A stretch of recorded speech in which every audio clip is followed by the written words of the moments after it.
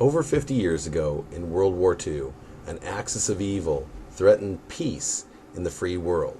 An axis of evil consisting of Japan, Italy, and Germany. Now, over 50 years later, we're fighting another axis of evil, according to Bush at least, consisting of Iraq, which we've already taken care of, Iran, and North Korea. Iran and North Korea are fitting to arm. Reality bites. So guess what? It's time to bite back. Get up your horse, get on this train. Hey, hey, oh.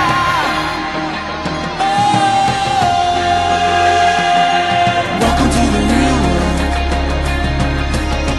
I say welcome to the real world. I will rushing like the wind. Okay. As you know, if you've been reading the news, we've been in a, I don't know what you'd call it, a pissing contest, a war of wills, if you may, against two countries in particular, Iran and North Korea. Now, Iran, headed by Mahmoud Ahmadinejad, is developing nuclear capability, they say. And they say it's for peaceful purposes, but I don't quite buy that, especially with all the rhetoric that Mahmoud Ahmadinejad is putting forth against Israel. Now, he's gone so far as to say that the Holocaust never happened. Now, if I look over here at my other monitor, which I've got Mahmoud Ahmadinejad's profile pulled up, he was born in 1956. He was born well after the events of World War II and Nazi Germany. So who is he to say that over 6 million Jews were not exterminated by Nazi Germany?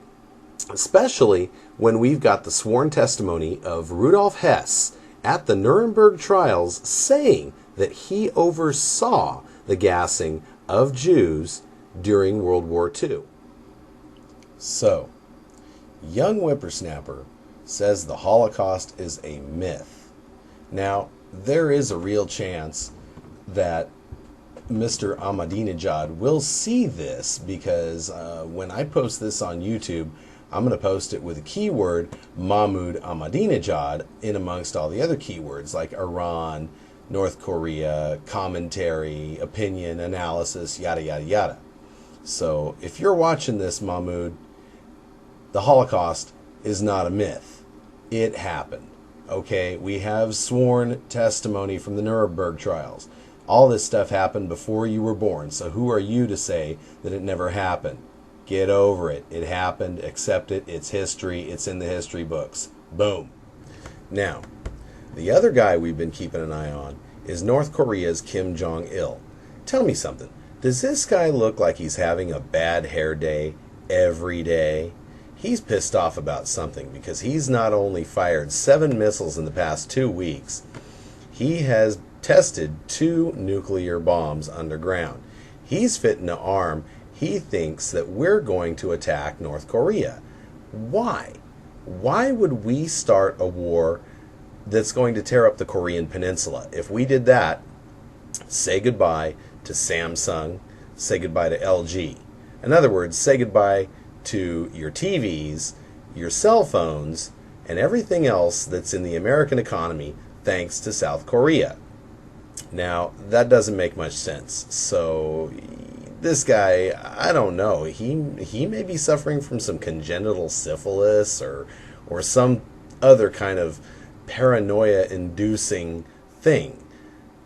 I don't get it. I really don't get it.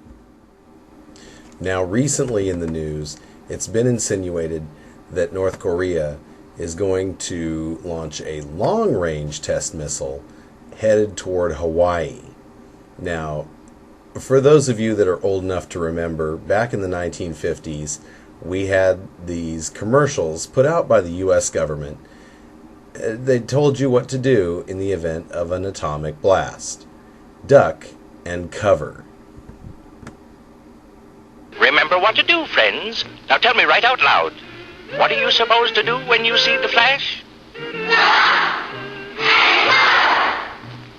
Duck and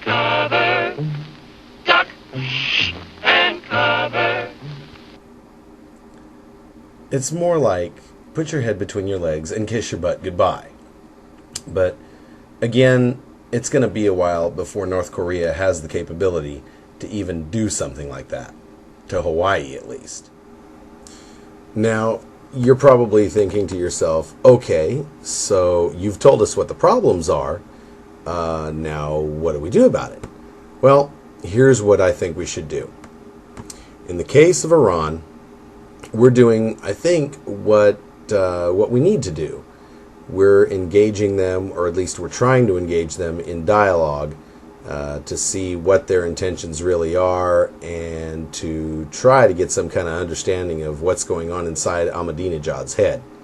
In the case of North Korea, I think we should probably bide our time until Kim Jong-il kicks the bucket.